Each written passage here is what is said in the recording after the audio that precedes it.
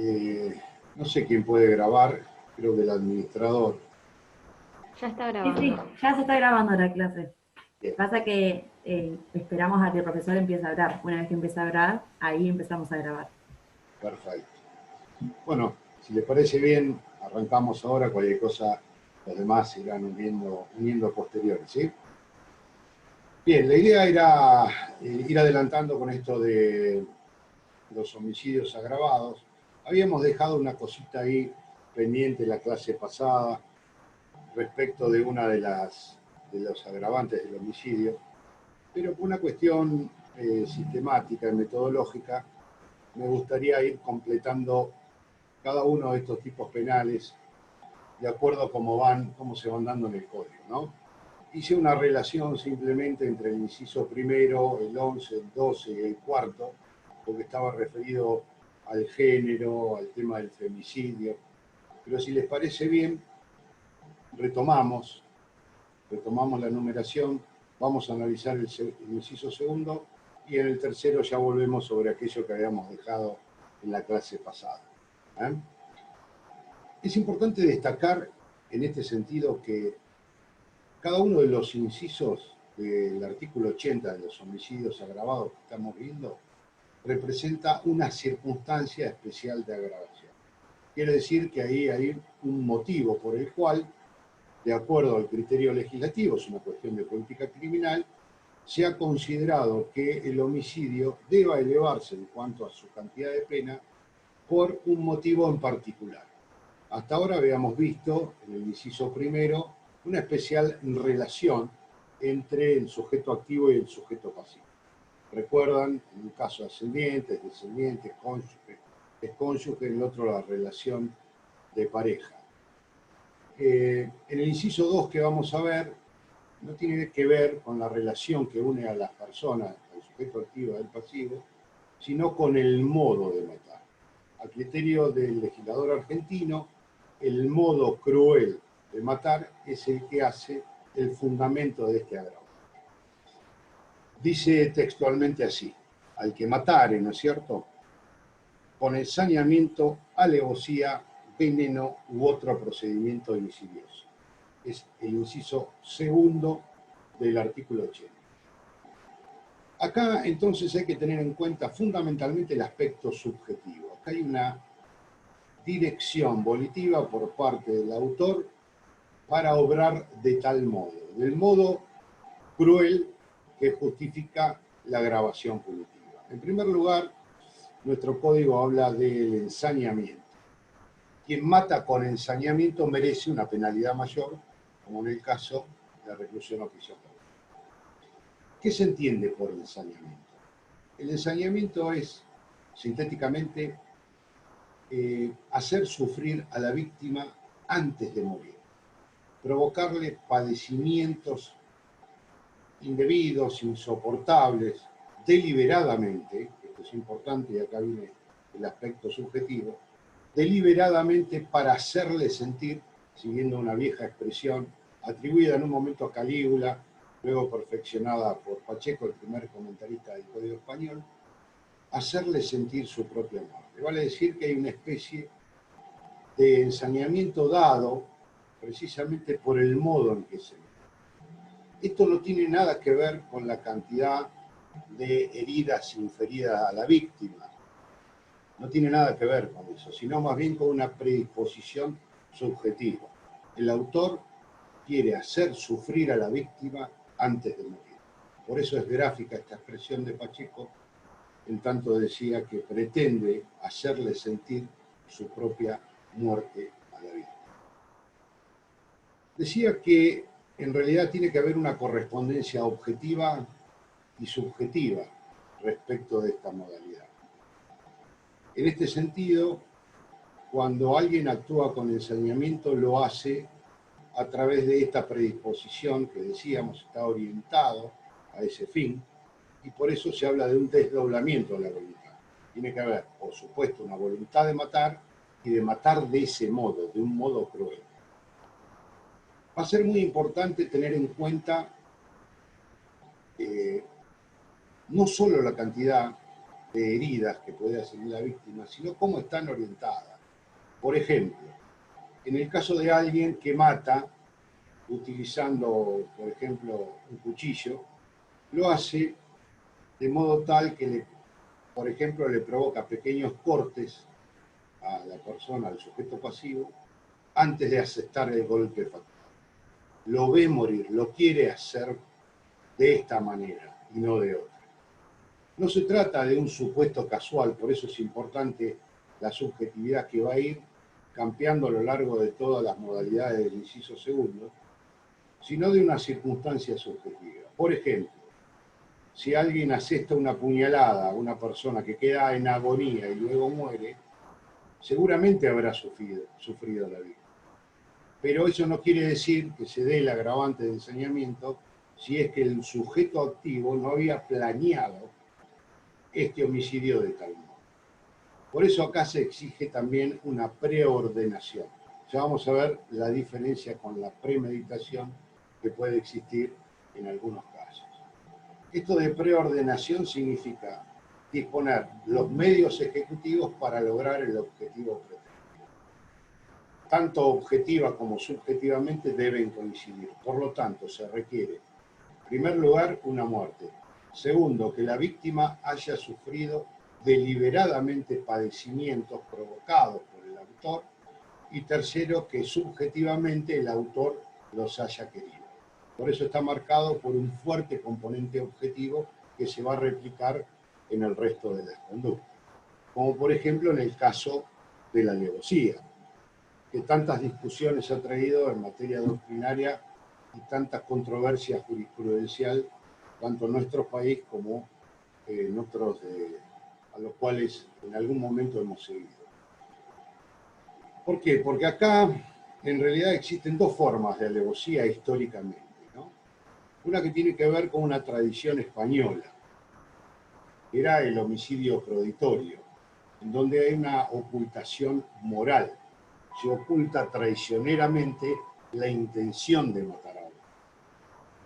Se contrapone con el acecho, el homicidio peraguato del derecho italiano, en donde lo que se oculta no es ya la intención, sino el autor físicamente, o eventualmente los medios homicidios. En los dos casos hay un ocultamiento. En uno es moral, como vendría a ser el homicidio, se conoce con el nombre de homicidio preditorio, y el otro ocultamiento es el físico, es decir, donde el sujeto es el que ¿se entiende? Ambos dieron lugar a lo que se conoce con el nombre de alevosía, pero nuestra historia legislativa ha ido sufriendo algunas modificaciones al respecto. Tejedor, por ejemplo, la definía a la alevosía como un modo cruel también de matar, era el hecho de dar muerte segura y sin riesgo para el autor del homicidio. Algo que después se replica en el Código de 1887.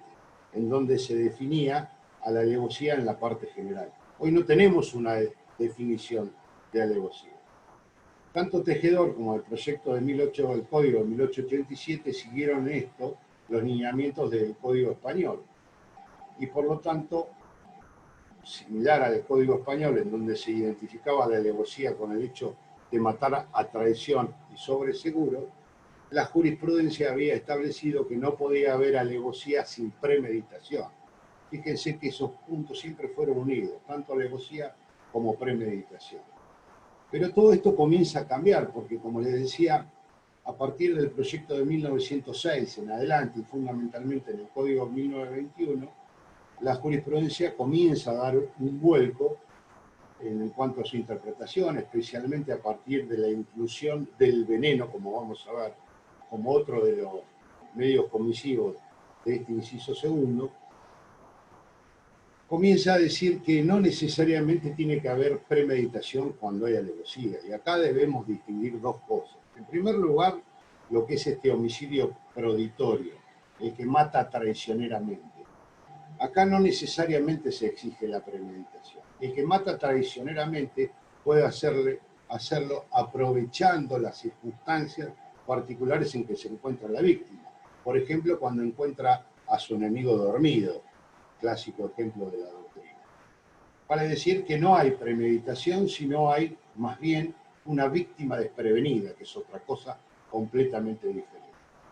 Esto es lo que caracteriza al homicidio predatorio, el homicidio inesperado, en donde la víctima no está prevenida y por supuesto que también el autor obra sobre seguro, o por lo menos con menor posibilidad de que sea descubierto o eventualmente lograr su impulso. Y por el otro lado está la forma de acecho, en donde ya es el sujeto que se... No ya la intención, sino el sujeto en sí mismo. Esto es lo que contenía, por ejemplo, el Código Brasilero de 1831, y está tomado del derecho italiano más que del derecho español. En estos supuestos, el acecho sí exige cierta preordenación, cierta procuración a lograr un objetivo que es el resultado mismo. Pero en ambos casos, en nuestro país, se considera que puede haber alevosía tanto de una forma como de otra. En realidad, es una conjunción de ambos. Lo importante es precisamente que la víctima se encuentra totalmente indefensa. Y por el otro lado, el autor tiene menor posibilidad de ser descubierto y lograr de esta manera la impunidad. Esta forma traicionera o alevosa de matar es la que da lugar a un homicidio calificado como el que estamos analizando. Si ustedes ven desde el punto de vista subjetivo, también requiere una preordenación hacia un resultado. No se trata de un homicidio casual, es más, se descarta el impulso, por lo general es incompatible con un supuesto de impulso o de un rapto de ira. Es normalmente aceptado que esto va acompañado de aquellos elementos que hacen a una subjetividad característica por el cual el autor busca obrar sin riesgo frente a la defensa que pueda oponer la víctima o un tercero. Esto es en líneas generales y muy gráfico lo que significa ensañamiento a alevosía. Después ustedes lo completan por cualquier libro de texto. Se le agrega el veneno, y esto es muy importante porque fíjense que en cuanto al homicidio por veneno puede ser interpretado de muchas maneras, ¿no? Y también ha dado lugar a una jurisprudencia un tanto contradictoria, más que nada desde el punto de vista histórico. Esto era muy importante en la antigüedad, dado que no existía la tecnología que tenemos hoy, todos los sistemas de investigación a nuestro alcance, entonces era un homicidio difícil de determinar. Consecuentemente, eso hizo que en algún momento, como les decía anteriormente, hubiera desaparecido de nuestro sistema punitivo y recobra vigencia recién en 1906. El veneno matar con veneno es una forma cruel también de matar, pero no por la calidad de la sustancia que se utiliza, sino más bien por el modus operandi. Cuando se utiliza veneno, el hecho va a ser agravado cuando este veneno es suministrado dolosa, clandestinamente, ocultamente a la víctima. Vale decir que no todo homicidio en el cual se utilice una sustancia tóxica va a dar lugar a este agravante, sino va a estar calificado únicamente por el modo de hacerlo, más que por la calidad de la sustancia que se emplea. En esto, como decía Carrara, Francesco Carrara, ustedes lo conocen, autor italiano, jurista italiano, del siglo XIX, quien decía que en este sentido, si no sería lo mismo matar con un hierro o con un palo. No es el medio empleado el que agrava la ilicitud, sino el modo en que se emplea. Consecuentemente, para distinguirlo podemos dar un ejemplo muy burdo. Si yo ato a la víctima, le abro la boca y le hago ingerir una sustancia tóxica, corrosiva, que le provoca la muerte, eso no va a estar dentro de este agravante, por veneno, porque no ha sido suministrado ocultamente. Para que exista el agravante debe participar de las mismas características que decíamos anteriormente. Es decir, encontrar a una víctima desprevenida. La víctima no sabe que se le está suministrando el veneno. Si yo le agrego veneno a una copa de vino que convido a una persona que desconoce estas circunstancias, le estoy haciendo incurrir en un error y ese modo cruel de matar es el que justifica la agravación. Pero no por la sustancia, solo por la sustancia que empleé, sino por el modo que utilicé, la tomé desprevenida y la hice incurrir en ese error que finalmente lo provoca. Por eso, cuando hablamos de veneno, no hablamos exclusivamente de todo tipo de sustancia orgánica, física, animal, cualquiera sea su estado, líquido, gaseoso, etcétera, etcétera, sino más bien la manipulación utilizada por el sujeto activo para lograr ese resultado.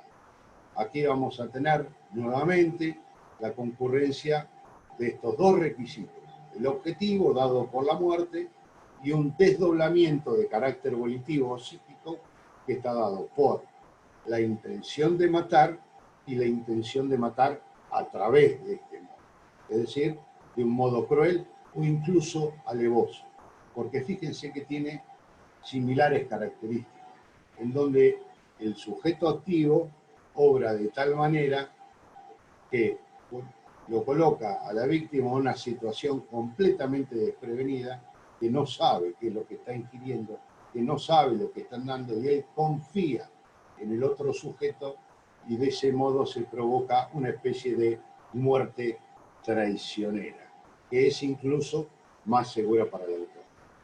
No tanto tiene que ver con la seguridad, como le decía, de evitar ser descubierto, porque en realidad hoy las técnicas de investigación logran o pueden lograr demostrar cualquier tipo de sustancia en el cuerpo del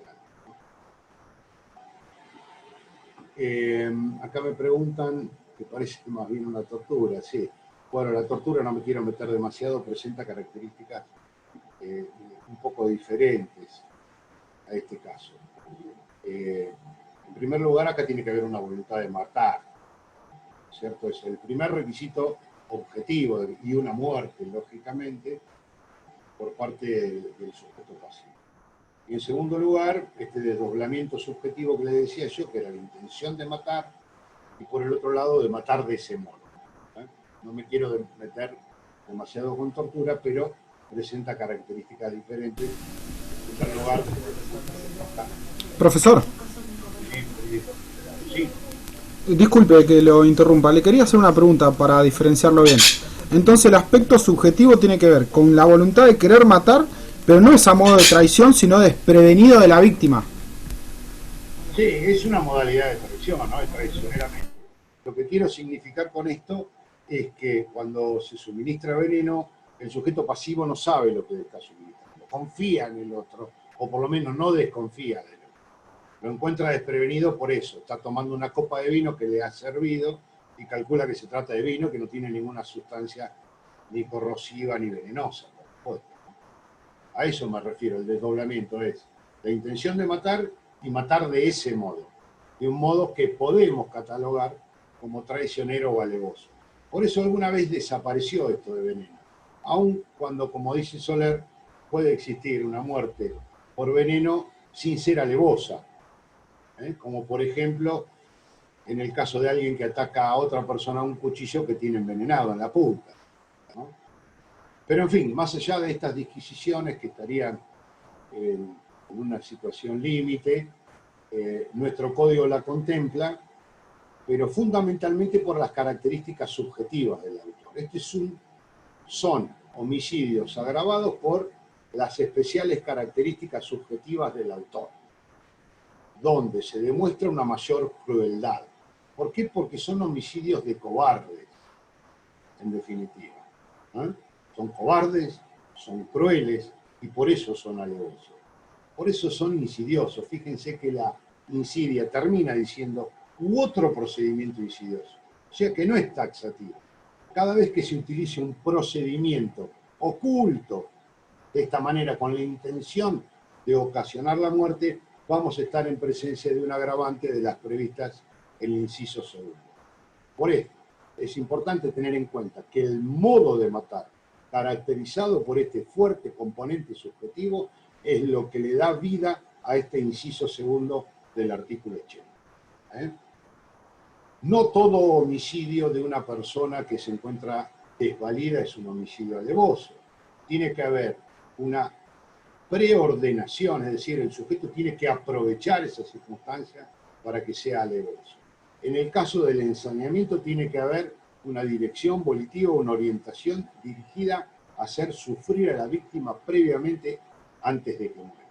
Caso de alguien que comienza a hacerle cortes a la vida hasta la víctima atada hasta que muere desangrada.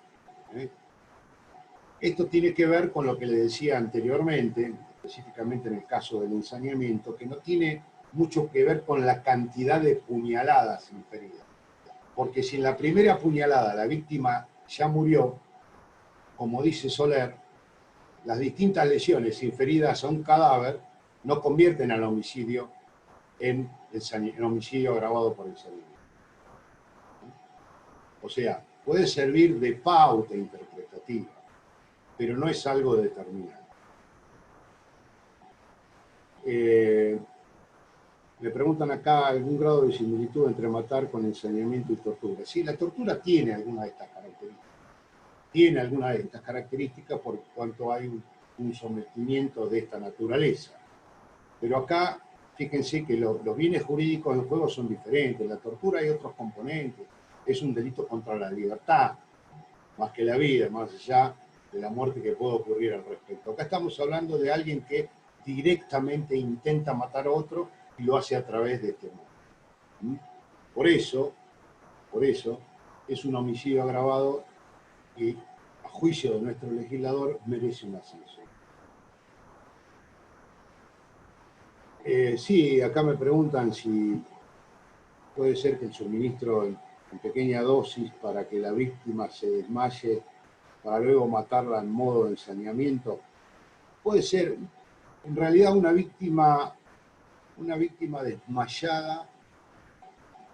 No creo en principio, puede haber mil casos, ¿no? Pero no creo que pueda ser sujeto pasivo del ensañamiento. Esto que les decía yo, que es una frase atribuida a Calígula, emperador romano, luego mejor explicada por Pacheco, el primer comentarista del Código Español de 1848, el autor quiere que la víctima sienta su propio dolor. O sea, lo quiere ver sufrir antes de aceptar el golpe letal. Entonces, si está desmayado, no creo en principio que se pueda producir un homicidio por ensañamiento.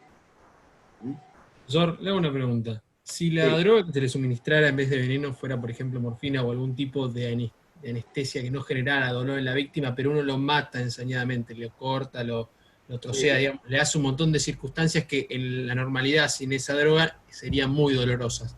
¿También entraría dentro de este tipo penal o sería un caso exceptuado? No, hay dos grandes interpretaciones acerca de lo que se entiende por veneno. Algunos más restrictivos, que dicen es una sustancia de carácter nocivo que en contacto con el cuerpo humano provoca la muerte, ¿no es cierto? Y otro depende de las características particulares de la víctima. Yo creo que eso puede entrar a raíz de esta última modificación proyectada por la ley 17.567, luego incorporada a nuestro Código Penal, u otro procedimiento insidioso, yo creo que quedan comprendidos dentro de esa característica, ¿no? ¿Por qué? Porque estamos hablando de un procedimiento insidioso, es decir, el procedimiento oculto. Acá, para que exista homicidio por veneno o procedimiento insidioso, la característica tiene que ser la ocultación. Es decir, tomar a la víctima desprevenida, pero porque no sabe qué es lo que está consumiendo. Es una cosa completamente diferente que si yo desmayo a alguien, como decía, y le aplico una sustancia letal y lo mato. Eso podrá dar lugar eventualmente a otra figura, pero no a esta.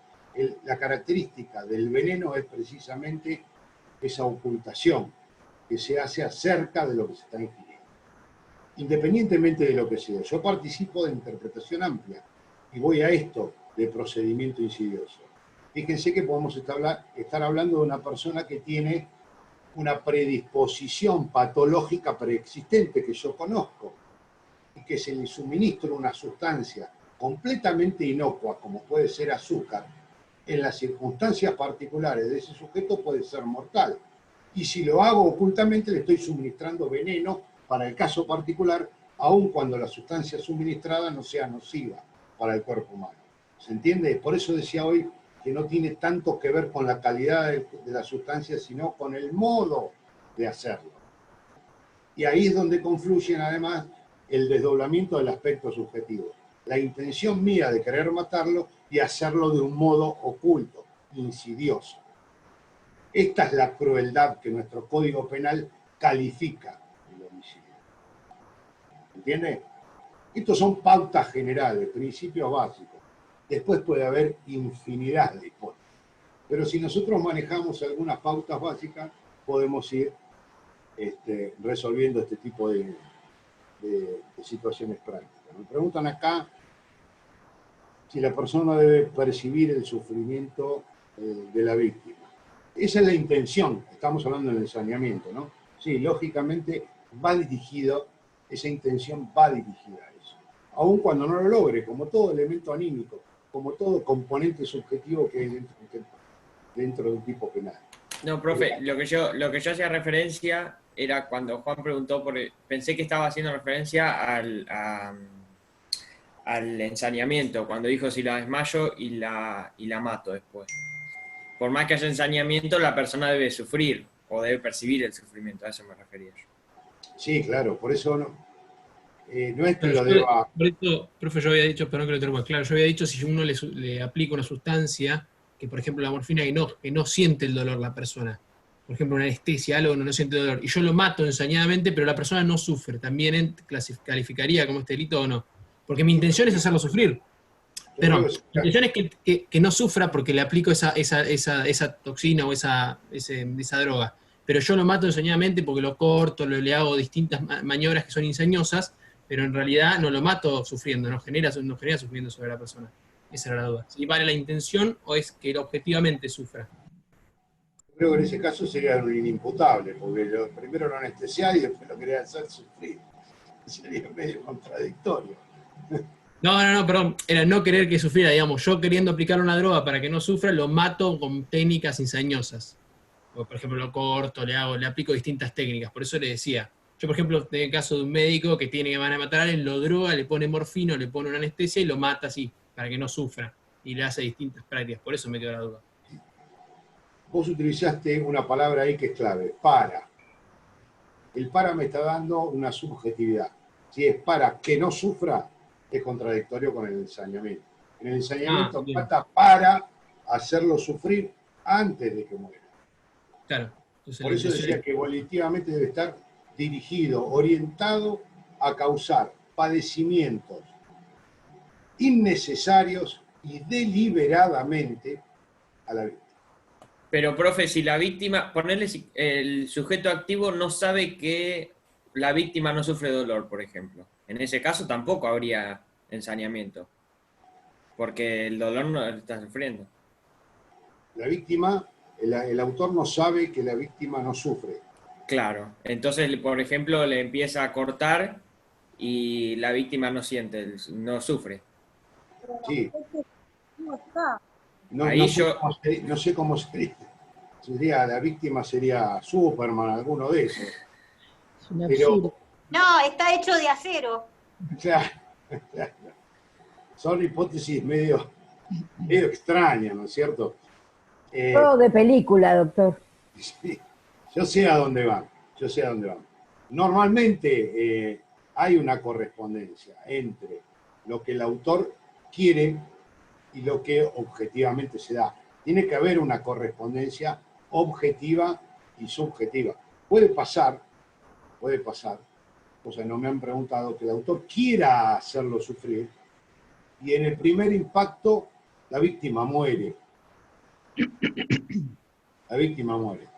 Con lo cual ahí podríamos llegar a estar hablando de una tentativa de homicidio calificado. Porque lo que caracteriza estos delitos siempre, por ejemplo, en el que estamos hablando, ¿no? En el inciso segundo, es la orientación volitiva del autor. El aspecto subjetivo es clave. Él debe actuar de esa manera, con esa intencionalidad. Por eso, desde el punto de vista subjetivo, únicamente el dolo directo es compatible con esta figura. O sea, se consuma cuando la persona sufre y bueno, se muere, pero debe sufrir para consumarse. Participa de las mismas características que la figura básica. El momento consumativo del delito es con la muerte. Es con la muerte. No, puede quedar en tentativa si no logra el resultado. Es decir, en el caso de la inversa de la homicidio, cuando el sujeto ha sufrido pero no murió. En esos supuestos estamos hablando de una tentativa de homicidio alevoso, con ensañamiento, de acuerdo como sea la modalidad. ¿Sí? Pero participa de las características básicas del homicidio simple. Todos los homicidios, en el artículo 80, todas las agravantes, tienen que ver con las mismas características, momento consumativo y particularidades propias de la figura básica. Ya lo vamos a ver con mayor detalle en el inciso siguiente, si no tiene ninguna pregunta más. Acá me preguntan, si la persona muere inmediatamente, ¿cómo podría demostrarse que quiso hacerla sufrir? Bueno, estos problemas, los problemas que plantean todos los tipos, no sé si le entendió la pregunta, es cómo se demuestra que el autor quiso hacer sufrir a la víctima, ¿cierto? Es el problema que presentan todos los tipos penales en donde hay elementos subjetivos o disposiciones de carácter anímico. Es una cuestión de carácter probatorio. Esto no es propio del derecho penal, sino del derecho procesal penal. Ustedes van a ver oportunamente cómo procesalmente dentro del curso del desarrollo de un proceso puede acreditarse un elemento de carácter anímico o subjetivo del tipo penal. Adelanto que a partir de indicios sin presunciones se puede lograr a través de la composición de ciertos elementos contextuales más otros de carácter técnico, como pueden ser pericias de carácter psicológico, psiquiátrico, circunstanciales, testimonios de parientes, víctimas, testigos, etcétera, etcétera. Se puede componer un cuadro presuncional que pueda hacer llevar al tribunal a tener por acreditado ese elemento subjetivo. Fíjense, hace poco estaba leyendo, pues, les comento porque es notorio, el famoso caso del tirador de Belgrano, no sé si ustedes lo conocen, que han pasado no sé cuántos años, era un sujeto que subió al puente ahí en Belgrano, en zona norte de Buenos Aires, comenzaba a disparar a la gente, matando a varias personas y hiriendo a otras tantas. Hubo pericias psiquiátricas, las pericias oficiales determinaron que era inimputable y el hecho quedó ahí. Ha sido declarado inimputable, él está en un establecimiento psiquiátrico específico para el caso, pero bueno, viene a colación con este tipo de prueba pericial que puede ser utilizado en el juicio. En un primer momento se lo había procesado este sujeto por el agravante previsto en el inciso cuarto, ¿no? Aquel que mataba por odio. Después se dijo que en realidad mataba por placer, ¿no? Hasta que, si no me equivoco, la Suprema Corte de Buenos Aires dijo, miren, cuando hablamos de homicidio por placer, no es que mata sin motivo. Este sujeto aparentemente mataba sin motivo. Matar por placer es matar por un motivo. Es el placer. Eso es lo que motiva al autor. ¿Se entiende? Fue importante ese fallo de la Suprema Corte de la Provincia de Buenos Aires porque distinguió el matar por placer del matar sin motivo, que era lo que antes se conocía con el nombre de impulso de perversidad brutal, que también había dado lugar a muchísimas discusiones de carácter doctrinario y jurisprudencial. Hoy, tal como está desarrollado nuestro Código Penal, artículo 80, tenemos una serie de circunstancias que permiten abarcar infinidad de casos. En este, por una cuestión de carácter técnico-pericial, se dijo que este sujeto no comprendía la criminalidad de los actos y hasta el día de hoy, después de haber pasado creo que 10 o 20 años, no me acuerdo, sigue encerrado en un establecimiento psiquiátrico.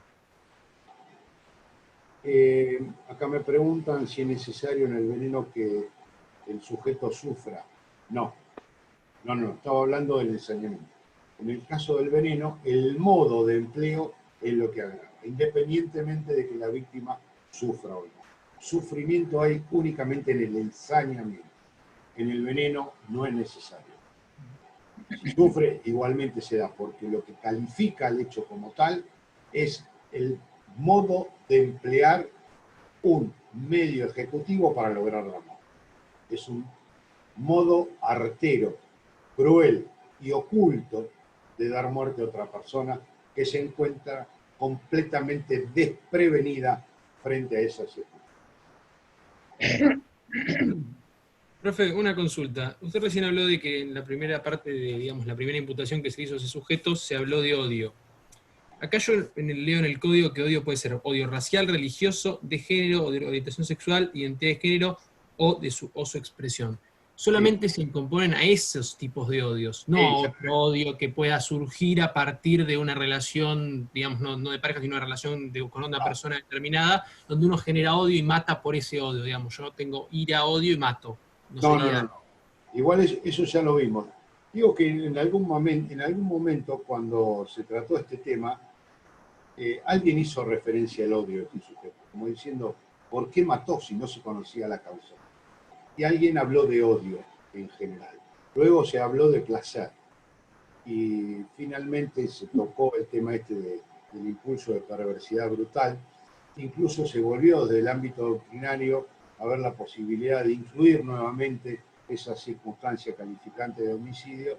Pero bueno, todos estos esfuerzos doctrinarios fueron en vano, dada la inimputabilidad, por lo menos hasta el día de la fecha, en cuanto a las pericias psiquiátricas realizadas sobre este sujeto. Pero sí, eso ya lo hemos visto, que el odio se limita a lo racial o religioso, al género, a la identidad de género o a la orientación sexual, la identidad de género o su expresión, ¿no es cierto? Bien. Les decía que esto tiene que ver, no sé cómo lo había relacionado con el inciso tercero, ¿no?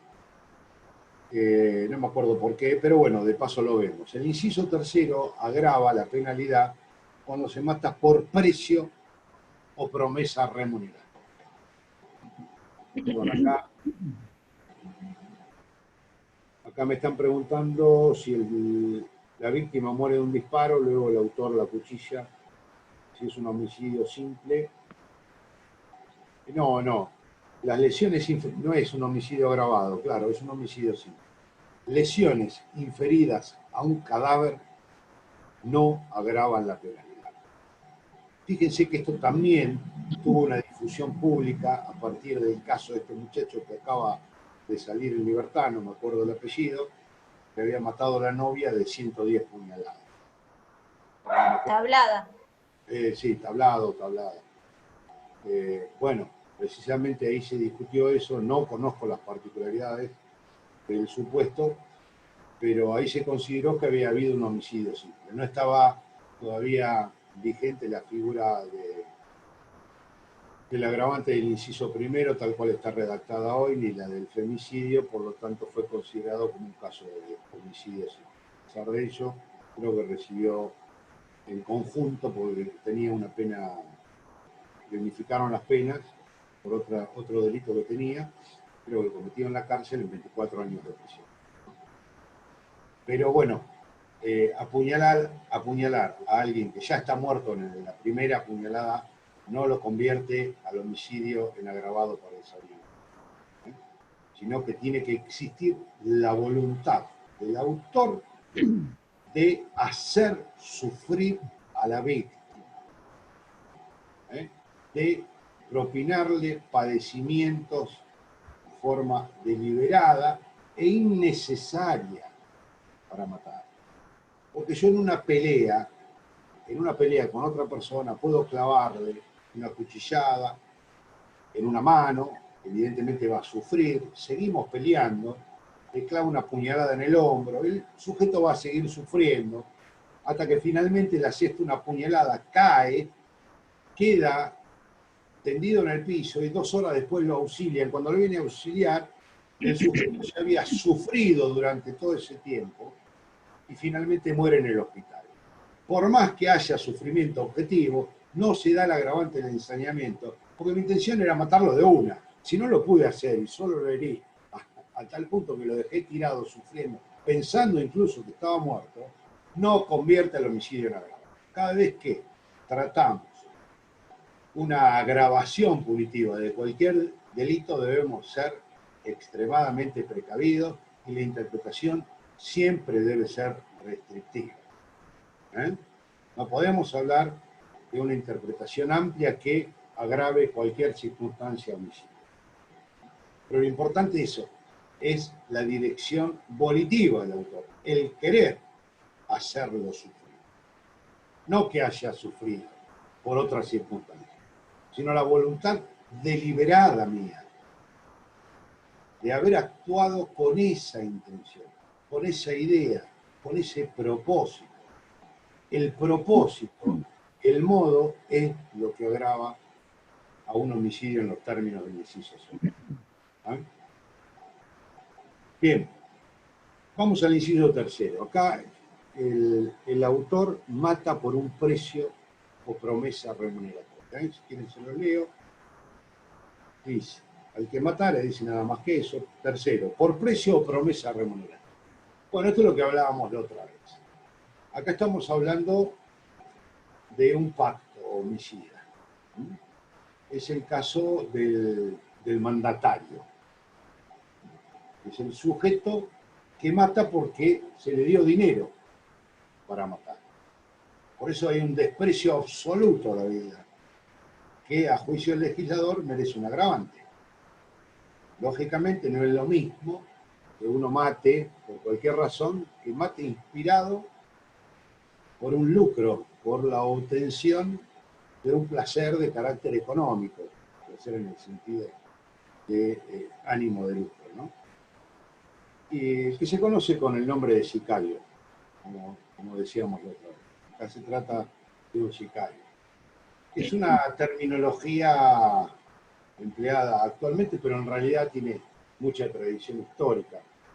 No viene al caso, pero sintéticamente saben lo que es una sica, de ahí viene el nombre, el sicarium, ¿no? La sica es una daga pequeña que se utilizaba en la época de los romanos, cuando colonizaban determinados sectores territoriales, geográficos. Había un grupo de personas que estaban en contra de pagar tributos, que venían tributos, imposiciones de los romanos, y los perseguían furiosamente. Y para esto utilizaban una daga pequeña que se llamaba sica. Y el motivo de esto era que podían ocultarla fácilmente en los pliegos de las togas que usaban, ¿no? De los trajes de la época, de la vestimenta de la época. Y se lo llamó sicario a los que utilizaban esta daga para matar a los romanos que querían cobrarle impuestos. Bueno, de ahí viene el nombre de sicario, a pesar de que se ha puesto de moda ahora. Fíjense que tenemos más de 2000 años de historia acerca de estas expresiones. Y también se lo conoce con el nombre de asesino. Este es el caso del asesino, el asesinato, que también, históricamente, incluso más antiguo, proviene de assassinum, que está relacionado con el hashish, con hashish. De ahí la derivación cuando había personas que utilizaban a menores o contrataban a gente que previo a matar utilizaban este tipo de sustancia derivada del cáñamo para lograr el objetivo de matar a otro. De ahí viene el nombre de asesino. O sea, tanto sicario como asesino o asesinato es lo que le da forma a la figura que hoy tenemos en la actualidad. En nuestro derecho positivo lo que requiere es un pacto previo, lógicamente no necesariamente escrito. Nadie va a ser tan inocente como para dejar asentado por escrito que paga por un precio, y se habla de precio o promesa remuneratoria.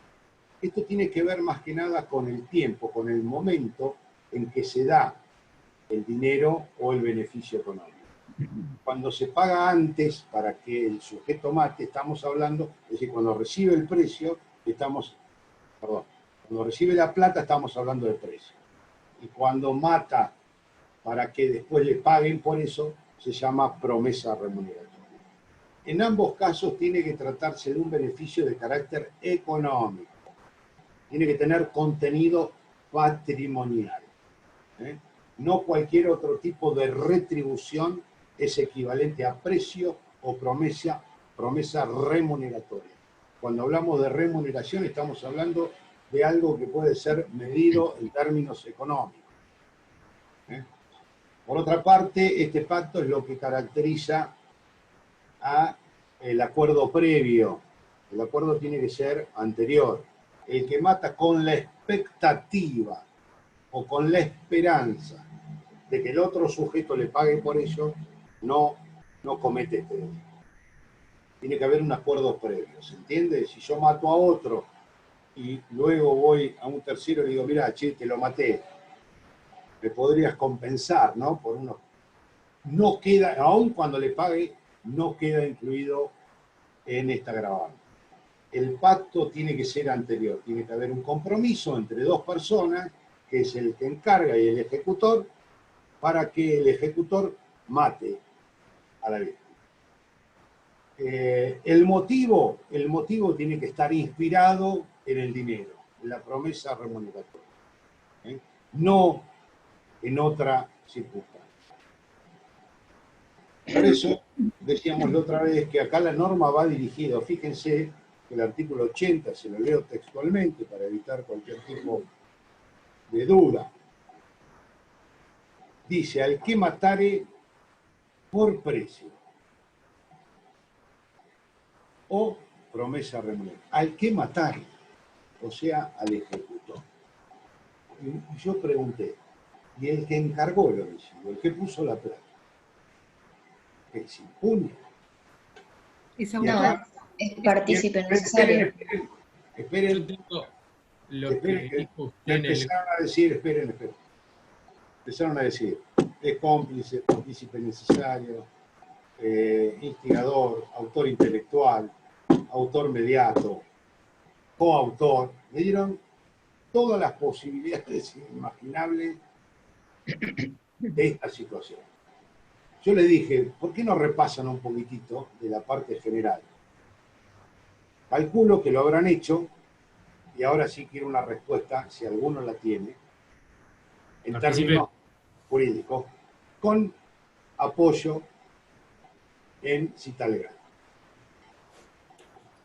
¿De qué figura? ¿El partícipe? Para mí, profe, es partícipe necesario porque no... Espere, porque esto tiene que ver con los parciales. Si yo hago esta pregunta en un parcial, y ustedes me ponen es un partícipe, no me dijeron absolutamente nada. ¿Cuál es el fundamento? Yo quiero escuchar fundamento. y a eso iba. Para mí es partícipe. Que es partícipe necesario porque no actúa en la ejecución del hecho delictivo. Es decir, el que tiene el dominio del hecho es el autor que ejecuta el hecho delictivo, que mata, y él es como un autor intelectual, aunque sé que no se dice esa palabra, que no está en ningún lado, pero es determinante. Entonces, como no se puede encajar en el dominio porque no actúa en la ejecución del hecho, no está en el momento ejecutivo, pero sí previo a eso, para mí es partícipe necesario. Yo estoy de acuerdo con José en que es partícipe necesario, pero no en lo que dijo. O sea, la persona no realiza el hecho de propia mano, entonces no puede ser autor. Pero sí para mí tiene dominio del hecho. Entonces, por eso sería un partícipe necesario, un cómplice primario. Yo estuve...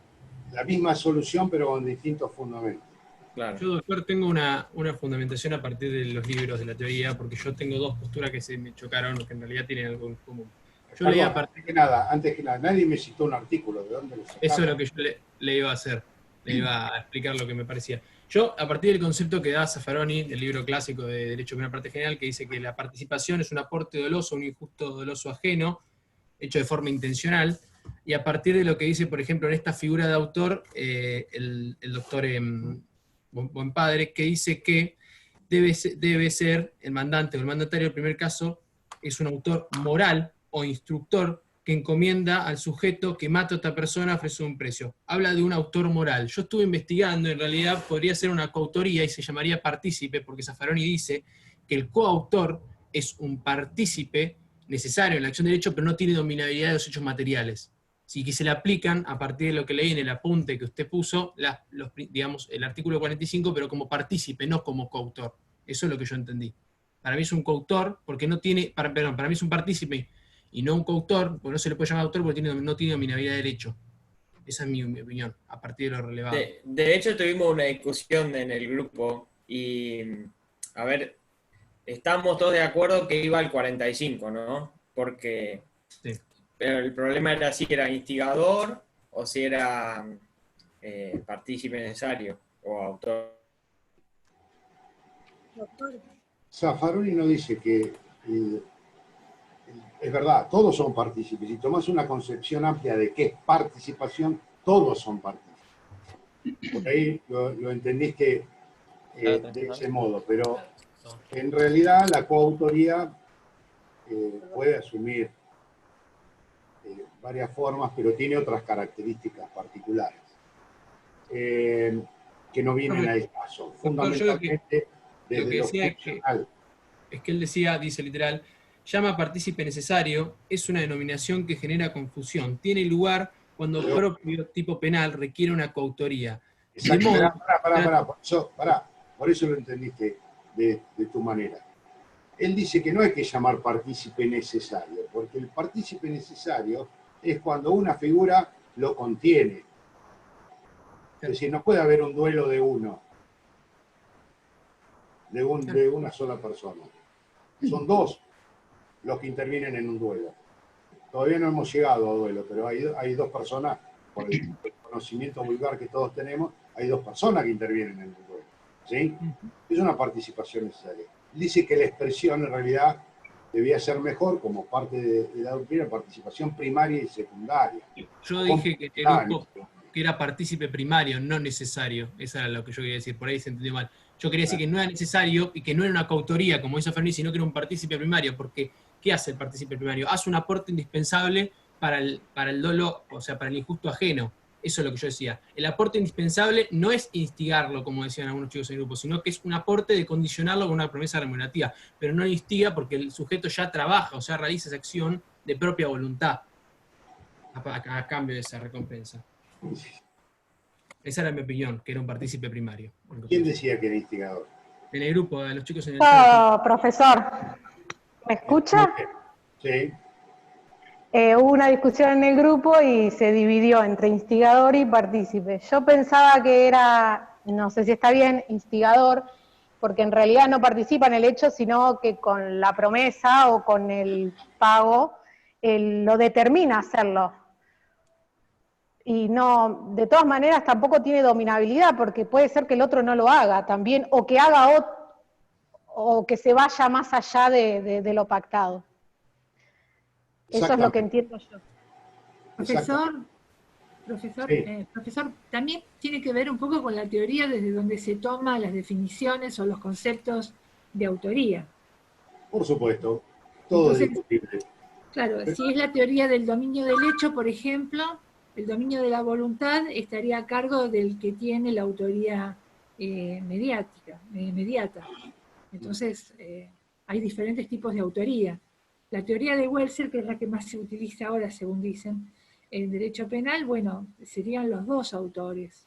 No, en realidad...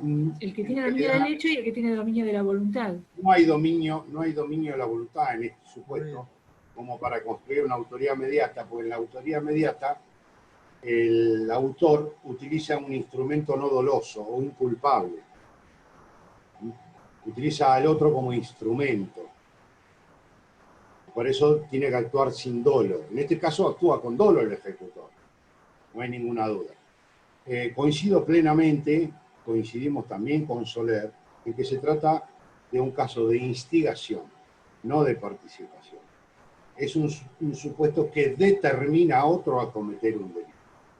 Hay una actuación sobre la voluntad a través del pago de un precio que lo está determinando. La última parte del artículo 45 es el que resulta aplicable acá en la forma de determinación.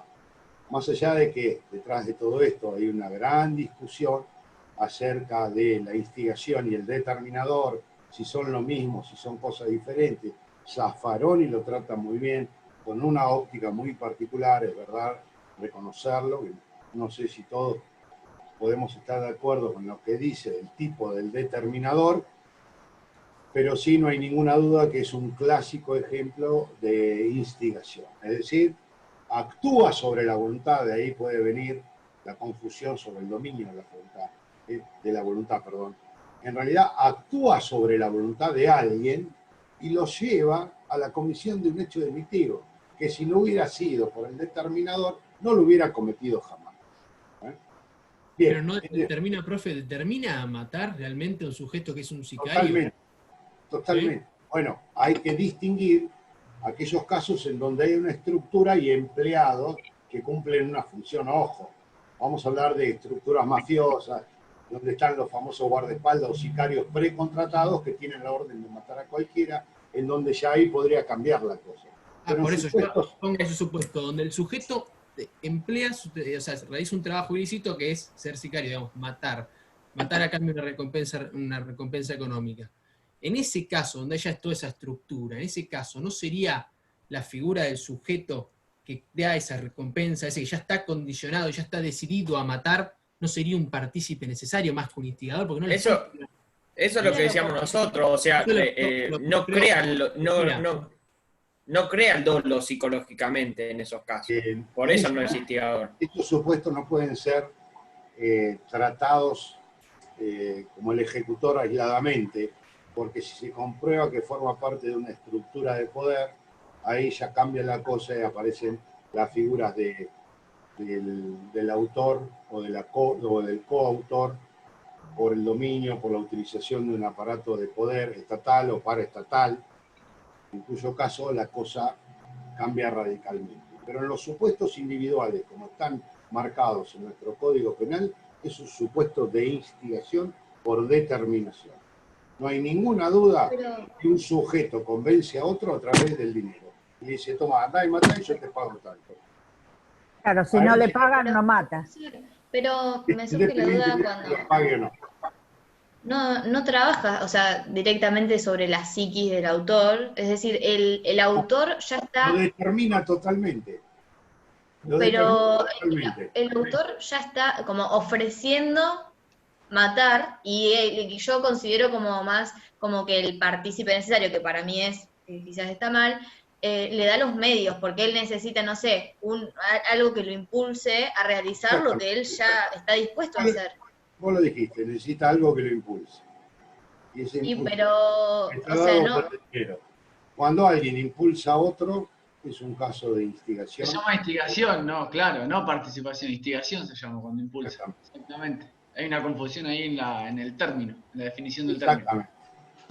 Pero bueno, si quieren, profundícenlo ustedes, ya está, porque si no, no terminamos más. Vamos a terminar la cursada analizando el artículo 80. Profundícenlo ustedes. Si quieren, ya tenemos las posibilidades, las hipótesis, yo le dije mi opinión, le di la opinión de Soler, la opinión de Zaffaroni, ustedes profundícenlo. Si quieren, si tienen alguna duda, pueden tener lógicamente su opinión, no hay ningún inconveniente, pero siempre con fundamento jurídico. Estamos en hora, bueno, no terminamos más. Una cosita más, nada más. Rápidamente, el inciso quinto, que rápido, de la clase que viene, sí quiero terminar con este artículo 80, si no, no vamos a avanzar. El inciso cuarto lo habíamos visto, vamos al inciso quinto. Hay un agravante también, esta vez tiene que ver con el medio empleado. El artículo 80 dice, el que matare a otro, inciso quinto, por un medio idóneo para crear un peligro común. Simplemente una pequeña referencia y la vamos a dejar para ver luego cuando analicemos los delitos contra la seguridad pública, que están ahí contenidas las conductas generadoras de peligro común para los bienes o las personas en general.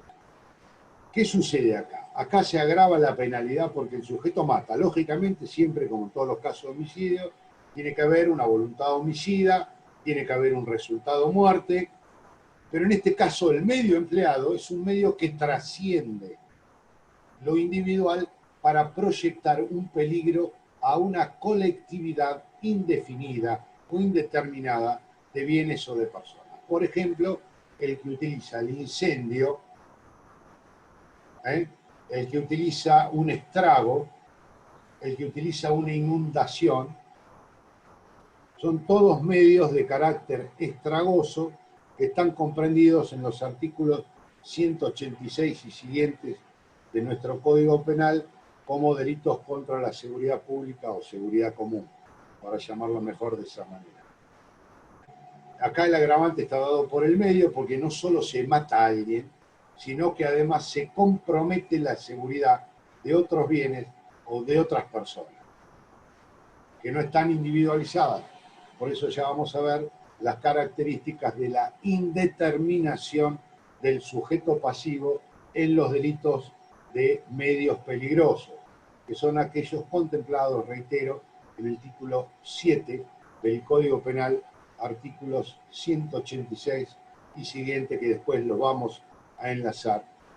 Y nos vamos a encontrar con algunos problemas, dado que, por ejemplo, cuando se produce un incendio, que es un fuego de grandes proporciones, con peligro común para los bienes, se da por cumplido el delito del artículo 186, inciso 1. Ahí hay una voluntad de provocar un incendio, de comprometer bienes ajenos que se ponen en peligro. Pero el mismo artículo 186, si ustedes lo tienen a mano, lo van viendo, me están diciendo que hay un poquito de tiempo, sí. Me quedan 15 minutos. Van a ver que hay un agravante cuando a raíz del incendio, el incendio es la causa inmediata de la muerte de una persona. Hay un incendio y hay una muerte. En ese ejemplo que les estoy dando. Y el artículo 186, inciso quinto, lo castiga con una pena de 8 a 20 años. Hay un incendio y un resultado muerte de una persona. Acá en el que estamos analizando hay una muerte a través, por ejemplo, de un incendio, pero tiene pena perpetua. Entonces nos vamos a encontrar con algún problema interpretativo. ¿Dónde va a estar la solución? ¿Una idea? Lógicamente, en el aspecto subjetivo. En la finalidad del autor. Exactamente, el aspecto subjetivo.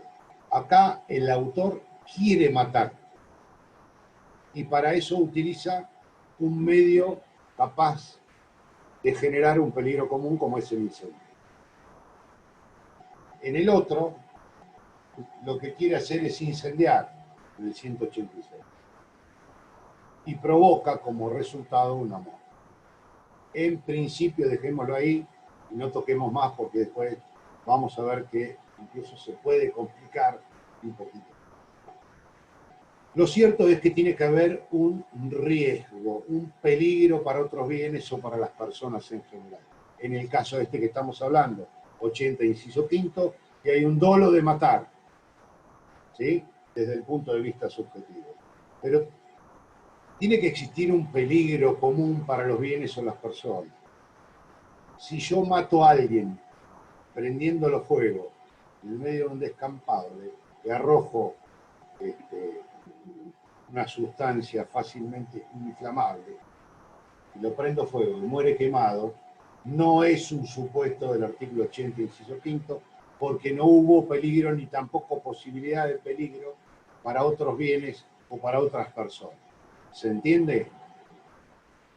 Entonces, el medio es calificante del homicidio cuando además de la muerte se produce un riesgo para otros bienes o para otras personas tomados como una colectividad determinada. ¿Sí? Esto es lo característico. ¿Se entendió?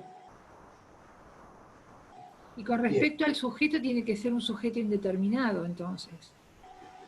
No, se quiere matar a alguien indeterminado, pero el medio que se utiliza compromete a otras personas u otros bienes tomados en consideración como en general o en forma indeterminada. Acá la víctima está perfectamente determinada. Yo quiero matar a alguien y para eso utilizo un incendio, una explosión, una inundación, de modo tal que pongo en peligro otros bienes. Hay un doble daño acá, a la vida de la víctima y a los bienes, a la propiedad o a las personas en general de una colectividad de personas tomadas en forma indeterminada. Ahí como si fuera un doble daño, uno a la víctima y otro a terceros.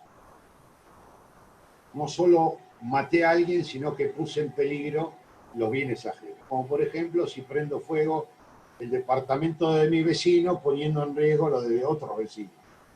Mi intención era matar, pero además puse en peligro otros bienes u otras personas que existían en ese lugar. Entonces hay una doble agravación por ese lado, ¿no? Por haber afectado a la víctima y afectado a terceros. Perdón, si además de ponerlos en peligro los terceros, muere un tercero. Un tercero de los que estaba ahí prevista. Que estaban ahí en el lugar, digamos. Sí, esas son concurrencias que no las quiero tratar ahora, porque ya la vamos a ver cuando veamos el artículo 186, inciso 5. Le adelanto nada más. No, está muy bien la pregunta. Le adelanto que va a ser importantísimo nuevamente el aspecto subjetivo del autor. ¿Podría ser un doble? ¿Cómo? No ¿Podría ser un doble? ¿Se escucha ahí? Podría haber actuado con dolo eventual, con culpa con representación, con culpa sin representación. Hay varias alternativas, pero me gustaría tratarlas conjuntamente cuando saltemos a ver los delitos contra la seguridad común o la seguridad pública, ¿sí? Sí, perfecto. Vamos a dejarlo por ahora ahí, pero es importante el aspecto subjetivo. Lo vamos a ver conjuntamente y después vamos a volver sobre este artículo, así que no, cosa de que no quede ninguna duda. Tenemos 5 o 7 minutitos más. Vamos a ver el inciso siguiente, que es importante. Se lo leo. Al que matare con el concurso premeditado de 2 o más personas. ¿Sí? El inciso 6. Algunas pautas en general. Discutido también, ¿no? Discutido. ¿Qué significa matar con el concurso premeditado de 2 o más personas? Primero, número mínimo. ¿Cuántos sujetos tiene que haber? 3. 3, ¿no? Sí. Más de 2 personas. ¿Eh? Más de 2 personas, en este caso 3. Con el concurso premeditado de 2 o más personas. Y 2 mínimo. 2, claro. No, 2 o 3. 3. 3. 2 2 más la víctima. 2 como o mínimo. más, dice. 2 más el... No, la víctima no se cuenta. ¿Cómo la víctima? No, la víctima no. Y 2 entonces. 2. 3.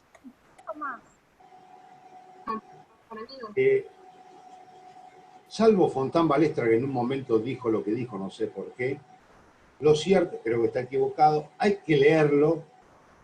La principal fuente de interpretación es su texto, dice la Corte, ¿no es cierto? La letra. ¿Qué dice este artículo? Bueno, nosotros estamos leyendo el inciso, yo se lo leí 2 veces. 2. Concurso premeditado, o sea... Dice 2 o más personas, más de 2. Esperen que no terminé. Dice, al que matare, 1, con el concurso premeditado de 2, son 3. al que matare se cuenta con el concurso premeditado. Por eso son 3 de mínimo. Salvo Fontán Balestra, como les decía, que no sé por qué dijo eso en su momento, no sé si luego lo rectificó. Pero bueno, número mínimo 3, en principio. Acá hay un concurso premeditado. Concurso significa que deben concurrir, que deben ponerse de acuerdo en matar los 3. El mínimo. La antigua ley decía, el antiguo texto de la ley, que intervinieran en la ejecución del hecho, con lo cual todos deberían haber actuado ejecutándolo. Sería una especie de coautoría por división de funciones. Sin embargo, esa parte fue quitada del texto actual.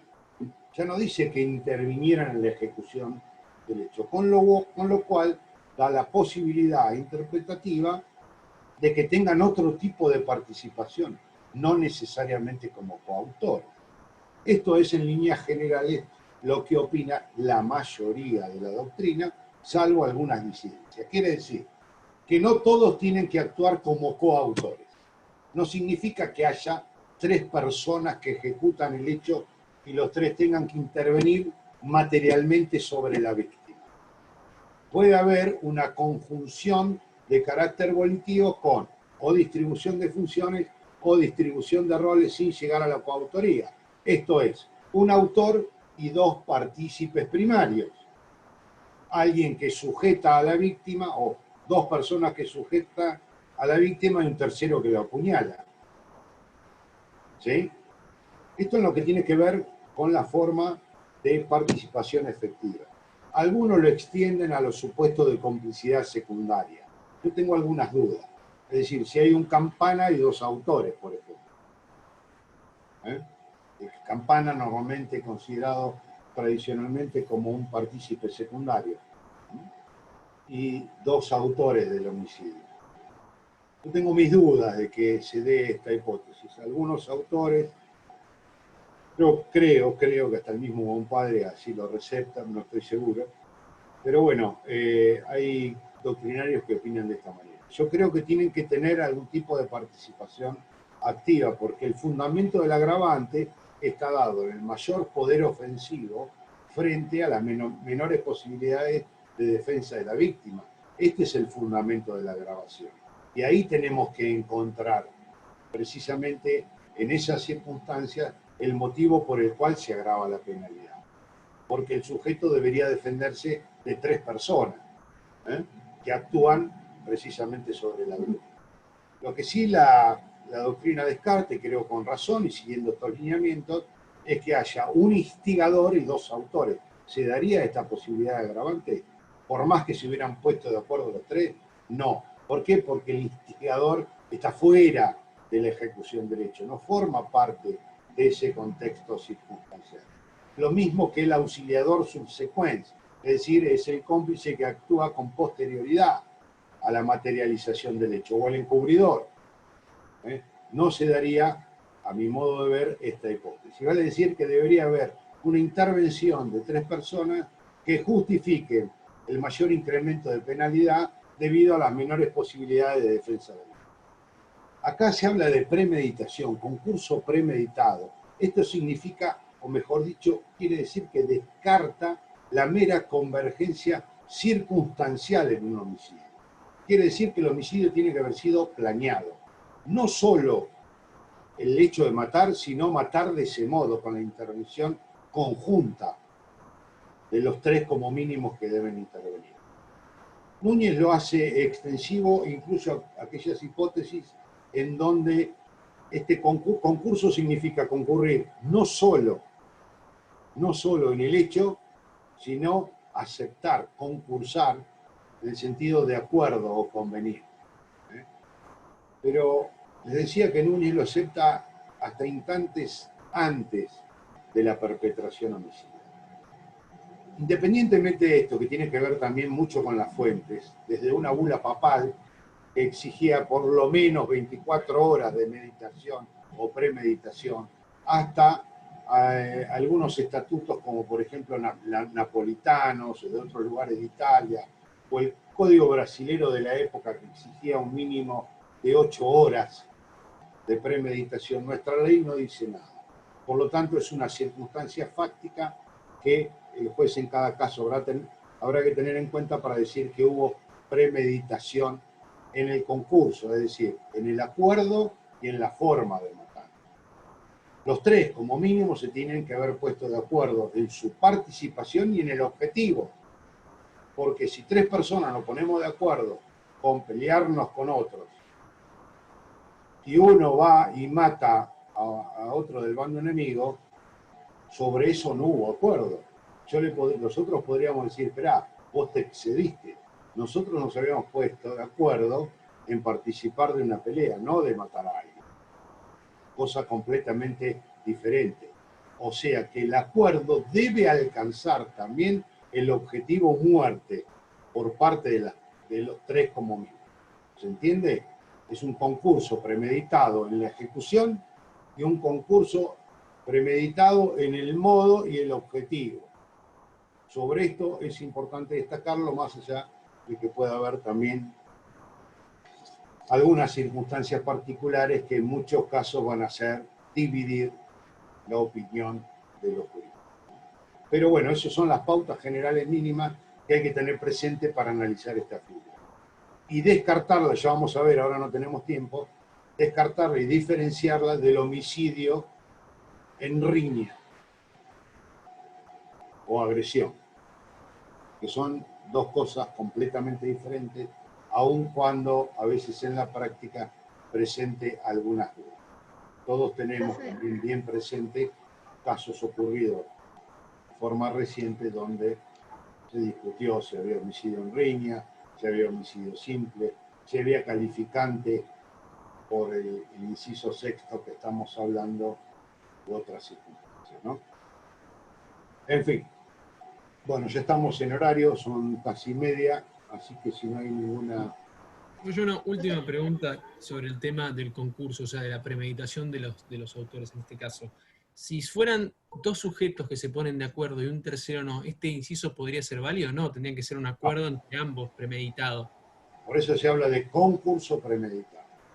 Y con eso lo relaciono con lo que tanto recién. el acuerdo, tanto en el acuerdo como en la ejecución. El concurso tiene que ser en ambas pautas. Está terminando. Por eso tiene implicancia también el tema, ¿qué pasa si uno es inimputable? ¿Se da el número mínimo o no? No. ¿Qué pregunta, ¿Qué pregunta? Para mí no. No puede, si es inimputable no puede cometer el delito, quedaría simplemente en un injusto porque no se sería Digo, culpable. inimputable por la edad. También sería Tiene inimputable. 15 años. Y los otros dos son mayores de edad.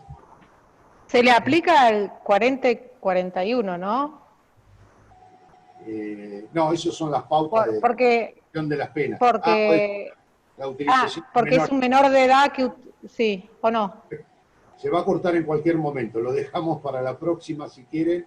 Profe, si es mayor de 10 años, debería ser responsable o algo, ¿no? ¿10 años?